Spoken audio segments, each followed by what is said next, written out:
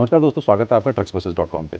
Commercial vehicles की बात हम अमूमन करते रहते हैं, कार्स के वीडियोस भी आप रूटीन में देखते रहते होंगे। लेकिन अगर एयरक्राफ्ट्स का, एरोप्लेन्स का, हेलीकॉप्टर्स का, फाइटर जेट्स का, इनके बारे में अगर आपको जानना है तो ये वीडियो आपके लिए है।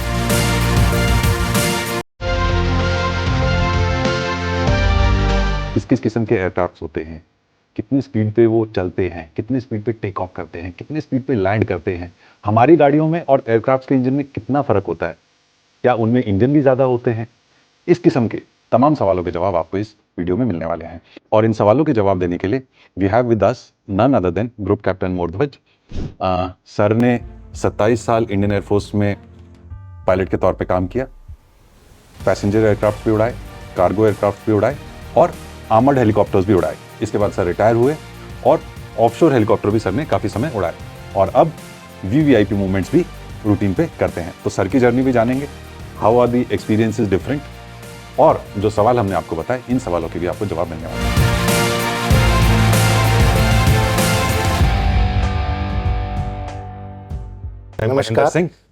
नमस्कार महेंद्र, धन्यवाद आपको truckbuses.com में इनवाइट करने के लिए।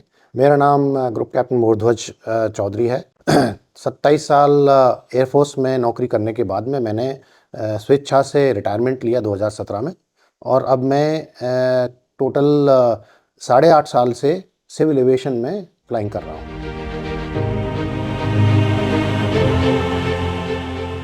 अभी पहले क्या फ्लाई करते थे सर, कैसे कैसे, थोड़ा सा जर्नी के बारे में बताइए और अब क्या कर रहे हैं?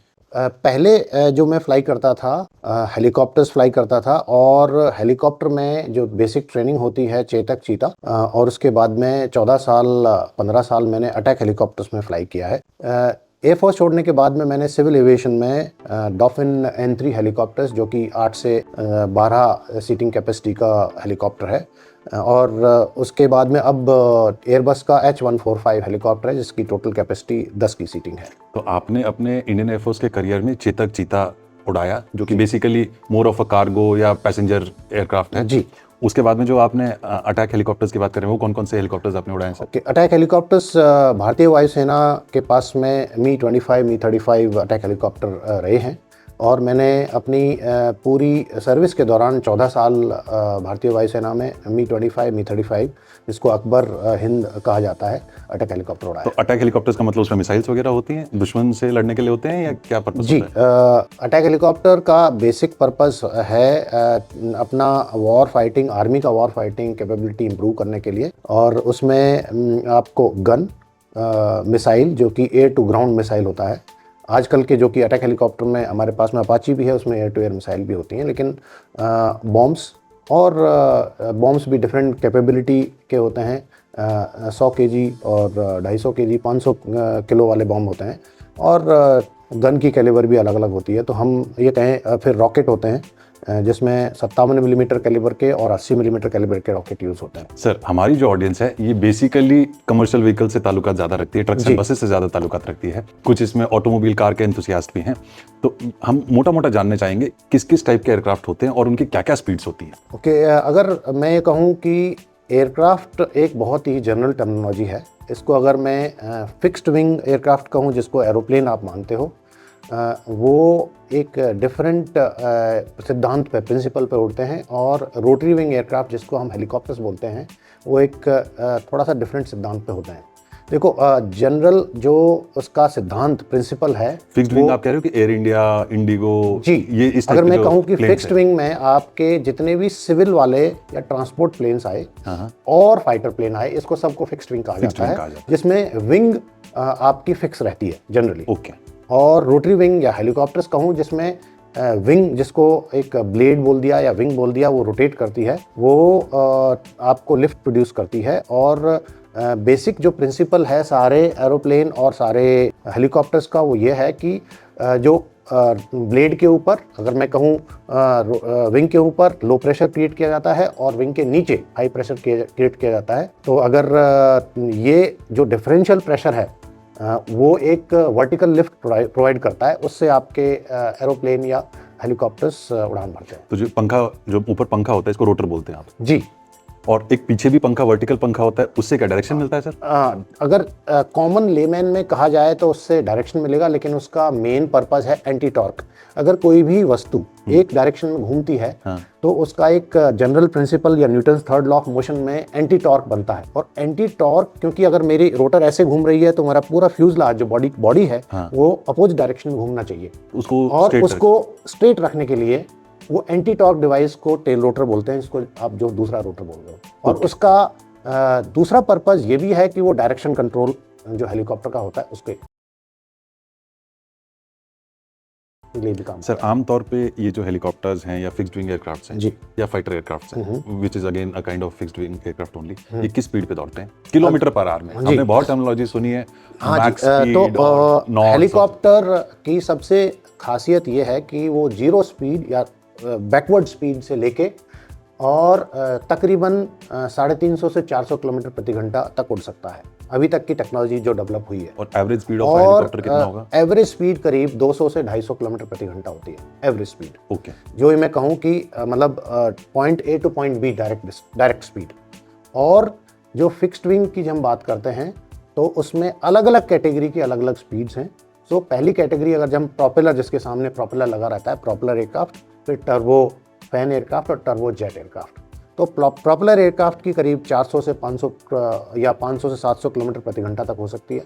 और फिर टर्बो फैन जो 1000 और 1100 किलोमीटर प्रति घंटा, और टर्बो जेट जो कि फाइटर्स में ज़्यादा यूज़ होता है। फाइटर्स में बहुत हाई स्पीड की रिक्वायरमेंट है, हाई मैन्योवरेबिलिटी की रिक्वायरमेंट है और बहुत हाई ऑल्टीट्यूड पर फ्लाई करने की ज़रूरत है। उनकी स्पीड करीब 2500 से 3000 किलोमीटर प्रति घंटा तक उड़ान भरने की क्षमता होती है। कुछ स्पेशल केसेस में उनकी स्पीड तकरीबन 3.5 से 4000 किलोमीटर तक भी जाती है। जो फाइटर एयरक्राफ्ट हैं 2-2.5-3 किलोमीटर पर आवर, जी हाँ, रफली सब लोग उसी स्पीड पे फ्लाई करते मतलब हैं। जनरली उसका क्राइटेरिया यही होता है कि वो 2-2.5 हजार किलोमीटर तक उड़ने की क्षमता हो। और जो आप बता रहे थे प्रोपेलर और जेट इंजन, उसमें बेसिकली प्रोपेलर, अगर मैं अपनी ऑडियंस के लिए बता पाऊँ तो जो पहले स्पाइस जेट ATR एयरक्राफ्ट आते थे, इंडिगो के छोटे वाले जहाज होते थे जिसमें बाहर से पंखा घूमता था, उसको आप प्रोपेलर एयरक्राफ्ट बोलते हैं? हाँ, जो विंग होता है, जो कि एक मेन लिफ्टिंग डिवाइस होती है साइड में, उसके सामने लगी हुई घूमने वाली वस्तु को प्रोपेलर कहा जाता है। सामने पंखा दिखे वो है, जी हाँ, उसको प्रोपेलर कहा जाता है। जनरली 2 प्रोपेलर होते हैं और बड़े जहाजों में 4 प्रोपेलर तक हो सकते हैं। तो ये 500-600 किलोमीटर की स्पीड से 500, 600 और 700 तक जा सकते हैं। 700 तक जा सकते हैं, डिपेंडिंग ऑन उसकी प्रोपेलर की कितनी बड़ी साइज है और जहाज का कितना बड़ा साइज है। और यही जो सिविल एविएशन वाले जो प्राइवेट एयरलाइंस हैं, इनके जो बड़े बड़े इंजन वाले, जिसमें प्रोपेलर नहीं होता जी, जिसमें विंग्स के ऊपर इंजन, हर विंग पे 1 इंजन या 2 इंजन होते हैं, जी हाँ, वो रफली 1000-1200। जनरली सब जहाजों में 2 इंजन होते हैं, क्योंकि बैलेंसिंग के लिए तो आपको दोनों तरफ से थ्रस्ट चाहिए। और उस इंजन को कहा जाता है टर्बो फैन। जो इंजन के अंदर ही एक फैन होता है, प्रिंसिपल वही एक्शन रिएक्शन का है। और उनकी स्पीड थोड़ी बेहतर हो सकती है, इनसे ज़्यादा हो सकती है, लॉन्ग रेंज में काम आते हैं, ज़्यादा फ्यूल एफिशिएंट हैं और हाई ऑल्टीट्यूड अप टू 40, 45 या 50,000 तक जा सकते हैं। और इनकी 1000-1200 किलोमीटर तक जाती है, जो टर्बो फैन इंजन होता है। सर, तो जो आप बता रहे हैं हेलीकॉप्टर की स्पीड 250-250 किलोमीटर पर आवर, हमारी जो कार्स हैं और कमर्शियल व्हीकल्स हैं, इनकी स्पीड भी बहुत ज़्यादा इससे कम नहीं है। कमर्शियल व्हीकल्स हमारे इंडिया में रेगुलेटेड स्पीड है 80 किलोमीटर पर आवर, हालांकि कुछ लोग खुलवा लेते हैं स्पीड को। कार्स जैसे एक्सप्रेसवे बन रहे हैं, ऐसे 100-125 की स्पीड तो कार भी चलती है। तो फिर जो ट्रैवल टाइम है उसमें इतना फर्क क्यों? ये सवाल आपका अच्छा है। सबसे पहले तो आप जो कार या बसेस में या जो रोड और ग्राउंड व्हीकल्स में आप डिस्टेंस कवर करते हो, और जो एयर व्हीकल्स में हम डिस्प्लेसमेंट कवर करते हैं। तो अगर मैं सिंपल तरीके से समझाऊं कि अगर आपको दिल्ली से लखनऊ जाना है तो आपको पॉइंट टू पॉइंट जाना पड़ेगा, और मुझे अगर दिल्ली से लखनऊ जाना है तो मैं डायरेक्टली दिल्ली से एक लाइन खींचूंगा और लखनऊ पहुंच सकता हूँ। बिल्कुल स्ट्रेट मोशन में जाओगे। बिल्कुल। और हम जाएंगे पहले मथुरा, आगरा होते हुए, इटावा होते हुए, कानपुर होते हुए। जी, और उसमें एक तो आपका जिगजैग डिस्टेंस है और एक ऊपर नीचे भी, जो जिसको ज्योग्राफिकल मैन्यूवरिंग कहो, टेरेन मैन्यूवरिंग कहो, वो भी आपको कवर करना पड़ता है। उसमें भी समय ज़्यादा जाता है। Sir, helicopter versus fixed wing aircraft, जी, दोनों के क्या फायदे हैं, क्या नुकसान है? एक तो हम समझते हैं कि उसकी स्पीड ज़्यादा होती है जी, उसमें ज़्यादा सवारी बैठ सकती है, लॉन्ग डिस्टेंस के लिए यूज़ होता है, लेकिन अदरवाइज क्या डिसएडवांटेज एडवांटेज है? कहाँ पे कौन सी चीज़ यूज़ होती है? शॉर्ट डिस्टेंस ट्रेवल, ट्रैफिक जहाँ पे ज़्यादा है और आपको बड़ा इंफ्रास्ट्रक्चर नहीं क्रिएट कर सकते, जैसे कि आपको कोई भी कॉरपोरेट का व्यक्ति है या कोई भी पॉलिटिशियन है जिसको place A to place B, आप जैसे मैं कहूँ कि आज से 500 किलोमीटर दूर जंगल में या कोई भी पर्टिकुलर जगह पे आपका कोई इंसिडेंट हो गया या कोई एक्सीडेंट हो गया, और वहाँ पर किसी भी कॉरपोरेट के व्यक्ति को और पॉलिटिशियन को जाना है या मीडिया के व्यक्ति को जाना है, तो हेलीकॉप्टर सबसे सेफेस्ट और सबसे बेहतर एक यंत्र। क्योंकि इसमें रनवे की रिक्वायरमेंट नहीं है। एक छोटा सा 15 से 20 मीटर का साइज का आप हेलीपैड बनाओ। हेलीपैड की रिक्वायरमेंट भी बहुत ज़्यादा वो नहीं है। एरिया क्लियर करके एक हार्ड ग्राउंड दे दीजिए और आप हेलीकॉप्टर को कहीं पे भी लैंड करा सकते हो। शॉर्ट टाइम में हो सकता है और बिना किसी इंफ्रास्ट्रक्चर के हो सकता है, ओपन फील्ड में भी लैंड कर सकता है। और फिक्स्ड विंग एयरक्राफ्ट को आपको एक लंबा सा रनवे चाहिए, उसके जी, बिना कहीं उतर नहीं सकते। और ये तो है ही। और फिर फिक्स्ड विंग में आप बहुत सारी, क्योंकि आप एयरपोर्ट में जब घुसते हो तो आपको पता है कि आप सिविल फ्लाइट के लिए आप जाते हो तो यहाँ से 2 घंटे पहले क्यों बुलाते हैं? हाँ। उसका जो प्रोटोकॉल प्रोसीजर है सिक्योरिटी का, या आपको जहाज तक पहुंचने का, फिर जहाज में बैठ के वो रनवे के बिगिनिंग में जाता है, फिर पूरी दौड़ लगा के रनवे के एंड तक चढ़ता है, उसमें समय लगता है। और उस समय को बचाने के लिए आप सीधे हेलीकॉप्टर में पहुंचिए हेलीपैड, और वहां से सीधा टेक ऑफ करके, बाकी पायलट का काम है, और वो आप डायरेक्ट डिस्प्लेसमेंट कवर कर सकते हो पॉइंट ए से पॉइंट बी तक। सर, आपने एयरफोर्स में काफ़ी साल फ्लाइंग की, normal cargo movement, people movement में, ट्रुप मूवमेंट में भी किया और आर्मर्ड हेलीकॉप्टर भी चलाया। आपने बताया आपने ऑफशोर में भी काम किया है, समुद्र में भी आपने हेलीकॉप्टर काफ़ी साल चलाया। उस एक्सपीरियंस के बारे में थोड़ा बताएंगे, क्या plus and minus, pros and cons? हाँ जी, मैंने 2017 में स्वेच्छा से वायुसेना से रिटायरमेंट लेने के बाद में अपना कदम सिविल फ्लाइंग में रखा। सिविल फ्लाइंग में मेरा जो प्राइमरी कार्य है वो समुद्र में अपना ऑफशोर जो ड्रिलिंग चल रहा है ONGC का, या दूसरी कंपनी ONGC के साथ में जो काम कर रही हैं, उनके लिए उनके जितने भी कर्मचारी हैं या अफसर हैं उनको मुंबई से वहाँ पे ले जाना, और वहाँ पर जो मैं कहूँगा कि प्रोसेसिंग प्लेटफॉर्म बने हुए हैं या रिफाइनरीज बनी हुई हैं, उनसे अलग अलग हेलीडेक पे, जो कि एक्चुअली एक कुएं बने हुए हैं, बोरवेल जैसे, उसके ऊपर हेलीपैड बनाया हुआ है, उन पर लैंडिंग का काम समुद्र में तेल के कुएं, समुद्र में तेल के कुएं, उसके ऊपर हेलीपैड। और वो एक नेशनल रिसोर्स हैं, और पिछले करीब 38 से 40 साल से ये कार्य मुंबई हाई में हो रहा है। एक स्पेसिफिक टास्क है, आपको बिना किसी और नेविगेशन सोर्स के और बिना किसी एड के आपको वहाँ पे पॉइंट लैंडिंग करना पड़ता है, और उसमें भी क्राइटेरिया ट्रेनिंग का बहुत स्ट्रिक्ट होता है। कोई भी व्यक्ति अगर नॉर्मल हेलीकॉप्टर फ्लाइंग करता है तो वो ज़रूरी नहीं है उसको समुद्र में लैंडिंग की काबिलियत मिल जाए। उस काबिलियत को हासिल करने के लिए 4 से 5 साल ट्रेनिंग करनी पड़ती है, और ये कहो कि करीब 1000 से 1200 घंटे या 1500 घंटे उसको अलग से एक्सपीरियंस्ड पायलट्स के साथ में उड़ना पड़ता है, फिर आपको काबिलियत हासिल होती है। और पॉइंट टू पॉइंट लैंडिंग में चैलेंज है, और ये कहूँ कि काफ़ी एक्यूरेसी है आपका, हमेशा एक पैशन भी हो जाता है कि आप इतना चैलेंजिंग काम कर रहे हो, तो अच्छा लगता है। मुंबई हाई ऑफशोर में काम करने के बाद में हमने सुना है कि you have been flying with some of the biggest VVIPs of the country, Amit Shah, Gadkari, Rahul Gandhi, इन सब के साथ आप रूटीन में कभी कभी फ्लाई करते रहते हो, CMs of the different states. हाँ जी, एक जैसे हमारा कंपनी हेलीगो चार्टर्स है, उसका एक तो ऑफशोर में कॉन्ट्रैक्ट हैं जो कि परमानेंटली ONGC या और ऑफशोर ड्रिलिंग कंपनीज जो काम करती हैं। दूसरा कार्य हमारा स्टेट गवर्नमेंट्स को जहाँ पर उनकी रिक्वायरमेंट पड़ती है लॉन्ग कॉन्ट्रैक्ट के लिए या शॉर्ट कॉन्ट्रैक्ट के लिए जहाज हेलीकॉप्टर प्रोवाइड करना होता है हर स्टेट के पास में। तो प्रेजेंटली हमारा एक हेलीकॉप्टर वेस्ट बंगाल गवर्नमेंट के पास में है 5 साल के कॉन्ट्रैक्ट के लिए। उससे पहले हम झारखंड गवर्नमेंट के साथ में थे रांची में। और जब कभी भी इलेक्शन होते हैं, हेलीकॉप्टर की इलेक्शन में राजनेताओं के लिए और सेलिब्रिटीज़ के लिए काफ़ी रिक्वायरमेंट होती है, तो हमारी कंपनी बहुत रेगुलरली ये कार्य करती है। तो उस समय बड़े नेताओं के साथ में और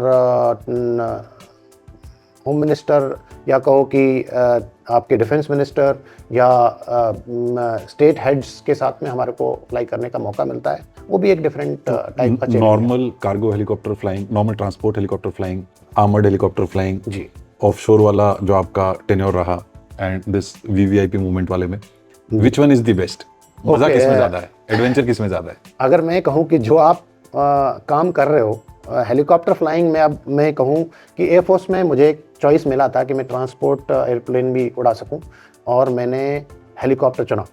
मैं आज से 35-36 साल पहले की बात कर रहा हूँ। लेकिन अगर मैं ये कहूँ कि हेलीकॉप्टर फ्लाइंग में जो चैलेंजेस और जो मैं डिफ़िकल्टीज़ फेस करनी पड़ती हैं वो ट्रांसपोर्ट या फाइटर में नहीं होती। ये मैं अपना पर्सनल एक्सपीरियंस बता रहा हूँ। अब मैं बात करूँ कि जो मैंने मेजॉरिटी 14 साल अटैक हेलीकॉप्टर फ्लाई किया, उसका एक डिफरेंट रोल होता है। Nap of the earth flying करनी पड़ती है, जहाँ पे हम 50 मीटर से नीचे ही फ्लाइंग करते हैं।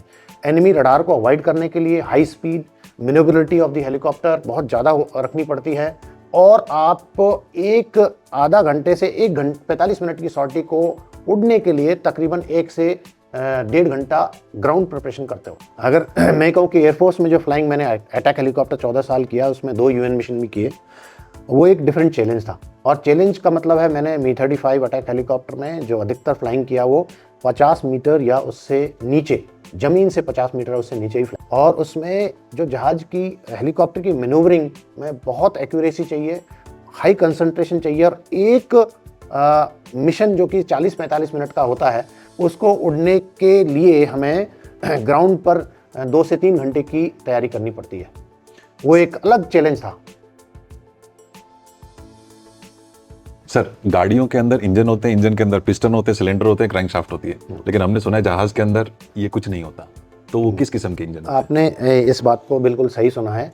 जो आपके पिस्टन इंजन अब एक हिस्ट्री बन गई है, और जिसको इतिहास में ही कहा जा सकता है कि पहले जो कोई जहाज बने थे, क्योंकि और कोई टेक्नोलॉजी अवेलेबल नहीं थी टरबाइन वाली, तो उसमें पिस्टन इंजन यूज हुआ करते थे। अब पिस्टन इंजन किसी भी हेलीकॉप्टर या जहाज में कार्यरत नहीं है। अब मैं ये कहूँ कि कितने टाइप के इंजन है, तो अगर आप अलग अलग कैटेगरी में, हेलीकॉप्टर में आपका टरबाइन इंजन यूज होता है, जो कि एक्चुअली टरबाइन रोटेट होती है, उसके साथ में आपका मेन गियर बॉक्स के साथ में मेन रोटर कनेक्ट हो जाता है, वो रोटेट होता है। ये एक किस्म का एयरक्राफ्ट इंजन हो गया जी। और जो फिक्स्ड विंग वाले जहाज हैं, उसमें 3 टाइप के इंजन हो सकते हैं। पहला प्रोपेलर इंजन, दूसरा टर्बोफैन इंजन, और तीसरा टर्बोजेट इंजन। कौन सा टर्बोफैन इंजन ATR किस्म के जो स्लो स्पीड प्रोपेलर एयरक्राफ्ट में हो सकता है, जिसकी सीटिंग कैपेसिटी करीब 70, 80, 90 तक हो सकती है, और 400, 500, 550 किलोमीटर प्रति घंटा की रफ्तार से चलता है। ये है प्रोपेलर इंजन जी, जो कि जहाज के आगे पंखे लगे होते हैं, वो वाले। हाँ। ठीक, ओके। और दूसरा टर्बोफैन इंजन, जो कि अधिकतर सिविल एविएशन के ट्रांसपोर्ट एयरक्राफ्ट या मिलिट्री के ट्रांसपोर्ट एयरक्राफ्ट में, एयरक्राफ्ट लाइक कुछ एग्जांपल दे आपको एयरबस A320, A319, A321, और मैं कहूँ कि बोइंग के जितने भी इंजन्स हैं वो सारे टर्बोफैन होते हैं। टर्बोफैन होते हैं। और C-13 ये कहूँ कि C-17 ग्लोब मास्टर जो कि, या IL-76 जो कि मिलिट्री एरोप्लेन्स यूज होते हैं, उसमें सब में टर्बोफैन इंजन होता है। और जो आप टर्बो जेट बता रहे थे, टर्बोजेट एक ओनली फाइटर के लिए यूज होता है, जिसमें आपके एग्जॉस्ट से बहुत हाई स्पीड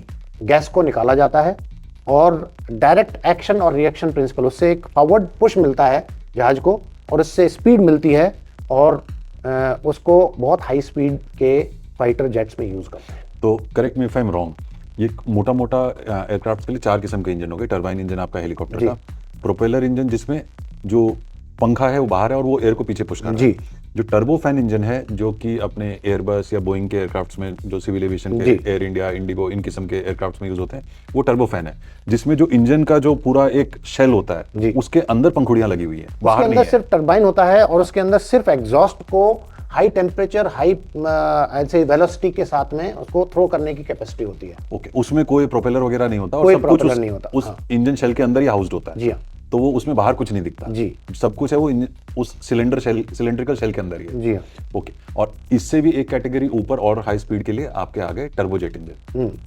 टर्बोजेट जिसको आपने बोला, टर्बोजेट वही है, और उसके और हाई कैटेगरी के इंजन्स आ गए, तो वो रैमजेट या रॉकेट इंजन्स हो गए, जो कि एक्चुअली स्पेस में जाने के लिए, या सुपरसोनिक जो फ्लाइट्स होती हैं, या कोई उसमें वो यूज हो सकता है। वो कॉमर्शियल एविएशन में यूज नहीं होता है। सर, एक और सवाल मन में आता है, how can a helicopter have zero speed? but fixed wing aircrafts need speed to stay in the air. अगर मैं कहूँ कि जो फ्लाइंग का प्रिंसिपल है या लिफ्ट का प्रिंसिपल है वो दोनों में सेम है, तो ये गलत नहीं है। ओके, उसका कारण कि जब आप फिक्स्ड विंग की बात करते हो तो उसमें विंग के ऊपर और नीचे low pressure high pressure create होने से लिफ्ट मिलती है, और जिसको हेलीकॉप्टर या रोटेटिंग विंग्स कहूँ या जिसको हम रोटर बोल रहे हैं, उसमें भी सेम प्रिंसिपल यूज होता है। और सेम प्रिंसिपल में जब आप स्टेशनरी हेलीकॉप्टर को, फ्यूजलाज को स्टेशनरी करके आप रोटर को रोटेट कर रहे हो, उसका मतलब आप उसको स्पीड दे रहे हो।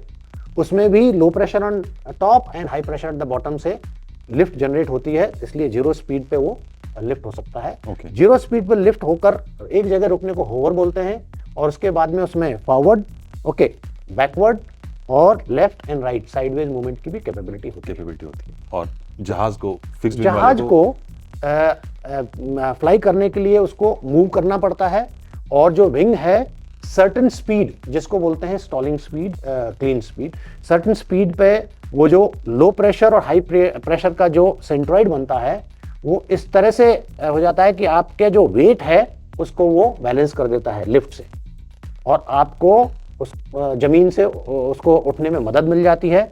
और फॉरवर्ड स्पीड जो मिलती है, वो जो थ्रस्ट मिल रहा है फॉरवर्ड स्पीड से, वो फॉरवर्ड स्पीड मिलती है। तो दोनों के कॉम्बिनेशन से लिफ्ट बैलेंस कर रही है वेट को, और जो इंजन का जो थ्रस्ट है फॉरवर्ड स्पीड का, वो आपका ड्रैग बैलेंस करती है। तो चार फोर्सेस को बैलेंस करते हुए वो जहाज उड़ता है। एक और चीज, एक कई बार बात सुनी है, बताइएगा कि मिथ है या ट्रूथ है, कि बड़े जहाज कम स्पीड पे टेक ऑफ कर सकता है, लैंड कर सकता है, और छोटा जहाज को ज्यादा स्पीड चाहिए, जबकि हमें तो वैसे लगता है कि बड़ा जहाज यानी ज्यादा वेट, तो उसको ज्यादा स्पीड लगनी चाहिए ऊपर उड़ने के लिए। ये प्रश्न ये मिथ नहीं है, ये सच है। ठीक है, बड़ा जहाज का मतलब है उसका विंग एरिया या लिफ्टिंग एरिया ज्यादा है। अच्छा, ओके, जितना आप वेट तो टोटल होता है, अगर आपका उसका विंग एरिया या ये कहो कि एरोडायनेमिक सरफेस जिसको बोलते हैं या एरोफॉइल सरफेस बोलते हैं, वो अगर ज्यादा है तो उसको कम स्पीड पर टेक ऑफ करने, मतलब कम स्पीड पर फ्लाई करने से या दौड़ने से ज्यादा लिफ्ट मिल जाएगी, क्योंकि उसका टोटल विंग एरिया ज्यादा है। और जिसको फाइटर एयरक्राफ्ट या जेट एयरक्राफ्ट जिसमें हाई स्पीड पे उड़ना पड़ता है, उसका ड्रैग भी ज्यादा हो जाएगा। ठीक है, इसलिए उसको छोटा विंग रखना पड़ता है, उसको वही लिफ्ट पैदा करने के लिए या रिड्यूस करने के लिए हाई स्पीड पे उड़ना पड़ता है। हाई स्पीड पे तो इसलिए डिफरेंस दोनों में वाजिब है कि उसको सेम वेट को बैलेंस करने के लिए ज्यादा स्पीड पे उड़ना पड़ेगा।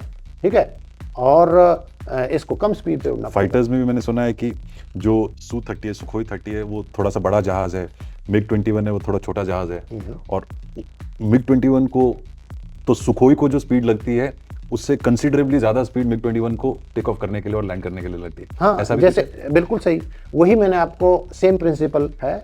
सुखोई का एरिया, विंग एरिया ज्यादा है, MiG-21 का विंग एरिया कम है, और वाजिब सी बात है कि उस वेट को बैलेंस करने के लिए उसको ज्यादा हाई स्पीड पे दौड़ लगानी जो पड़ेगी। अपने नॉर्मल सिविल एविएशन वाले एयरक्राफ्ट हैं, बोइंग एंड एयरबस, ये 250, पौने 300 तक टेक ऑफ करते होंगे सर स्पीड पे? हाँ जी, वो ये कहो कि 200 से लेके और 250-300 तक टेक ऑफ कर जाते हैं। कर सकते हैं। How about Sukhois and the MiGs? उसके लिए 300, 350 कई बार मिग्स का, क्योंकि साइज छोटा है विंग का, तो उसका टेक ऑफ स्पीड ज़्यादा होता है। एक चीज़ और जो मैं आपको बताना चाहता हूँ, टेक ऑफ और लैंडिंग के टाइम पर जहाज में फ्लैप्स, स्लैट्स और स्लॉट्स, अगर आपने नाम सुना हो, ये टेक्निकल टर्म्स हैं, एडिशनल विंग एरिया मतलब बढ़ाने के लिए यूज करते हैं। क्योंकि फ्लैप्स तो जनरली पीछे होते हैं, विंग के पीछे होते हैं, और स्लैट्स और स्लॉट्स विंग के आगे होते हैं, और काम उनका वही है कि विंग सरफेस या लिफ्टिंग सरफेस बढ़ाने का। तो लो स्पीड पे लैंड करने की हमारी रिक्वायरमेंट है, क्योंकि हाई स्पीड पे लैंड करने से टायर बस्ट हो सकता है और स्पीड जहाज रुकेगा नहीं। और लो स्पीड पे टेक ऑफ करने की रिक्वायरमेंट ये है कि रनवे लेंथ ज़्यादा चाहिएगा। ओके, आप ज़्यादा स्पीड आपको दौड़ाना है, या फ्यूल ज़्यादा वेस्ट होगा, या एकदम से ज़्यादा जी फोर्सेज लगेंगे। तो इस टेक ऑफ स्पीड को कम करने के लिए और लैंडिंग स्पीड को भी कम करने के लिए आप एडिशनल प्रोट्रूजन्स या विंग सरफेसेस यूज करते हो टेक ऑफ और लैंडिंग में।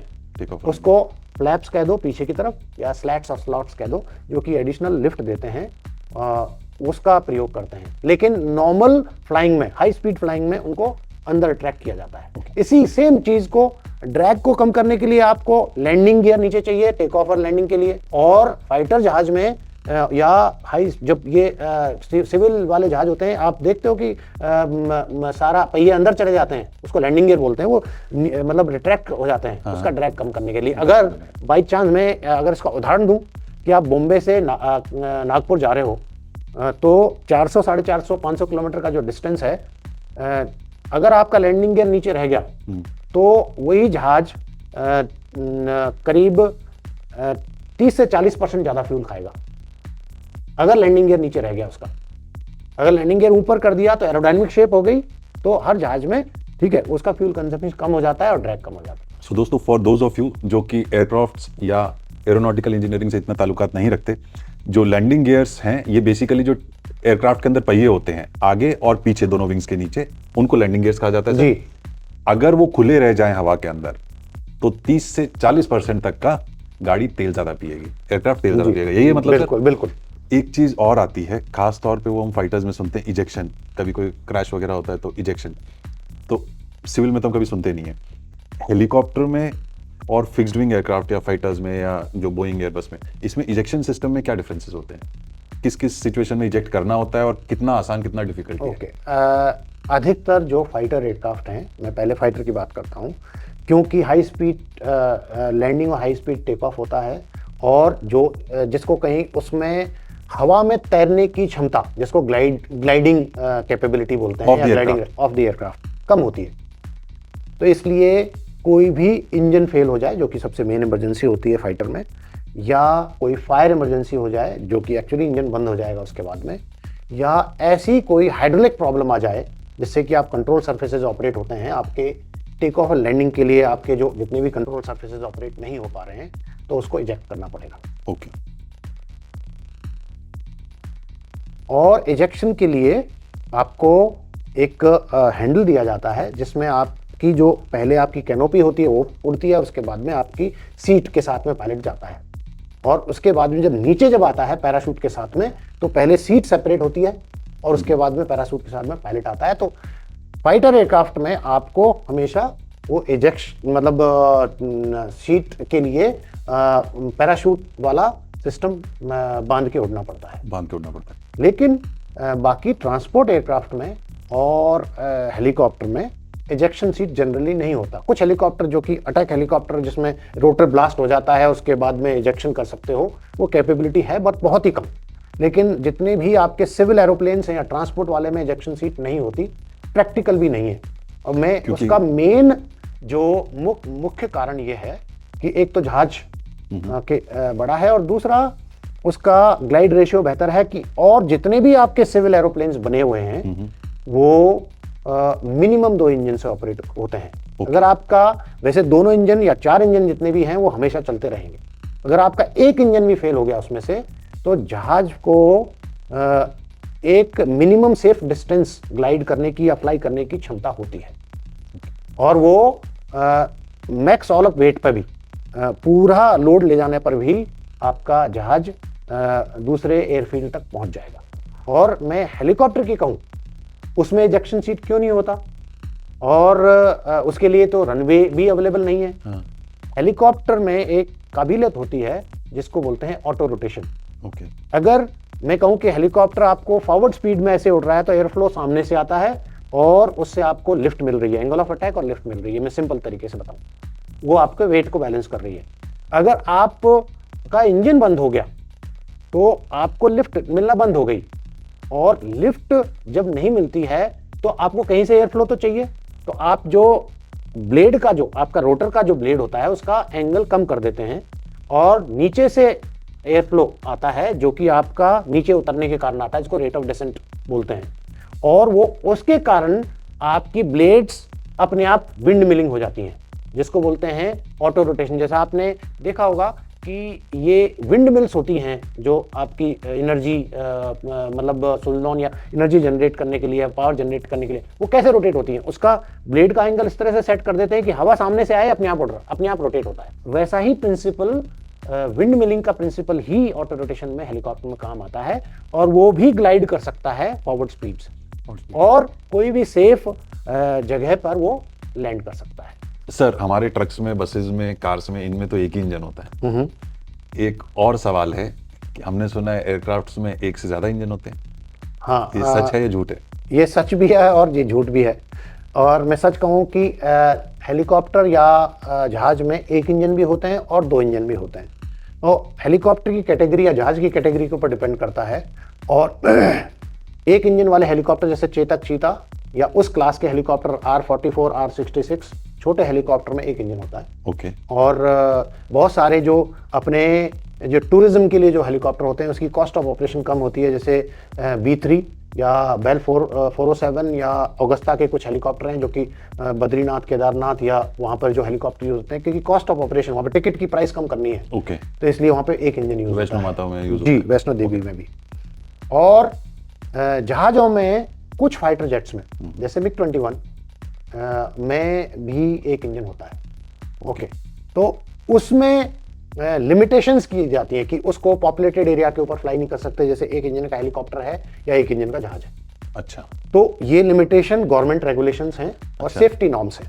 ओके। लेकिन मैं कहूं कि 80% या उससे ज्यादा अधिकतर जो हेलीकॉप्टर आज बने हुए हैं सेफ्टी की दृष्टि से और या एरोप्लेन्स बने हैं, उनमें मल्टी इंजन होते हैं, 2 या 4। अधिकतर हेलीकॉप्टर में 2 इंजन होते हैं, और जो बड़े एरोप्लेन्स हैं उनमें 4 इंजन तक होते हैं। और जो नॉर्मल जो आपके बोइंग क्लास के हैं या एयरबस क्लास के हैं, 2 इंजन होते हैं। एक इंजन की काबिलियत, ठीक है, दूसरे इंजन से थोड़ी सी कम होती है। जैसे हमेशा 2 इंजन अगर हैं तो 2 इंजन ऑपरेट करते हैं। ओके। ऐसे नहीं कि एक इंजन स्टैंड बाई में है, दोनों में। जी हाँ। अच्छा। और अगर एक इंजन फेल हो जाए तो सेफ्टी उस तरह से बनाई दी जाती है कि वो जहाज या helicopter nearest safe landing aerodrome या लैंडिंग हेलीपैड या क्लियर एरिया में हेलीकॉप्टर के लिए कहूं, वहां तक वो सेफली ग्लाइड। अगर एयरक्राफ्ट में जिसमें दोनों विंग्स पे दोनों साइड में एक इंजन लगे हैं, एक साइड का इंजन खराब होता है जी, तो टिल्ट नहीं होगा सर?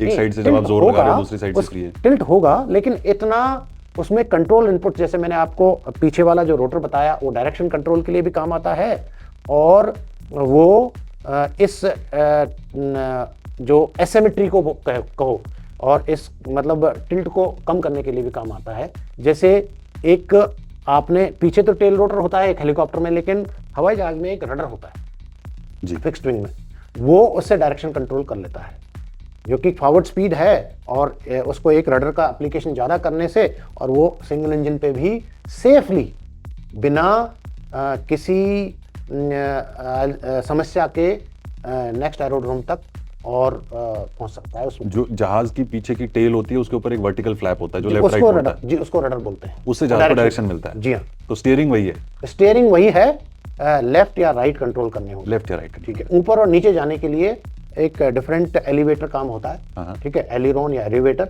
जो एयरक्राफ्ट को टर्निंग के लिए एलिरोन, इसको लेफ्ट राइट, और उसको बैलेंस करने के लिए रडर काम होता है। ओके। एयरक्राफ्ट को टर्निंग के लिए हवा में, और ग्राउंड में कंट्रोल करने के लिए व्हील्स का डिफरेंशियल ब्रेकिंग और रडर का एप्लीकेशन काम में आता है। अच्छा, जब ग्राउंड पे होता है जहाज जी, तो उन पहियों में चाल होती है या वो चाल होती है? चाल जो हवा को पीछे फेंक के वो आगे बढ़ता है? नहीं, चाल गियरिंग नहीं होता उसमें। अच्छा। लेकिन डिफरेंशियल ब्रेकिंग हो सकती है। ओके। एक का ब्रेक लगा दिया, एक को खाली छोड़ दिया, तो टर्निंग में काम आ सकता है। और जो एयरक्राफ्ट टैक्सी होता है रनवे पे, जी, मतलब रनवे तक पहुंचता है जी, तब तक वो इंजन के थ्रस्ट जो वो पीछे हवा फेंकता है उसके कारण आगे बढ़ता है या पहियों में चाल होती है? नो, पहियों में किसी भी जहाज में चाल नहीं होती, क्योंकि पहिए नॉन गियर्ड होते हैं। अच्छा। और सिर्फ डिफरेंशियल ब्रेकिंग हो सकता है, और वो डिफरेंशियल ब्रेकिंग से ही वो टर्निंग के काम आता है और उसको बैलेंस करने के लिए रडर पर। सर, चाहे हम डिफेंस फोर्सेस की बात करें, इंडियन एयरफोर्स, चाहे हम सिविल की बात करें, 2 किस्म के एयरक्राफ्ट हो गए और 2 किस्म के पायलट्स हो गए जी, एक फिक्स्ड विंग और एक रोटेटिंग विंग। दोनों के पायलट के स्किल सेट्स में कितना अंतर है? ओके, अगर मैं ये कहूँ कि मेरी जो बेसिक ट्रेनिंग हुई थी और सभी पायलट्स की मेरे समय पर फिक्स्ड विंग पे हुई थी। अच्छा। तो मैं पहले फिक्स्ड विंग पायलट बना, उसके बाद मैं हेलीकॉप्टर पायलट बना।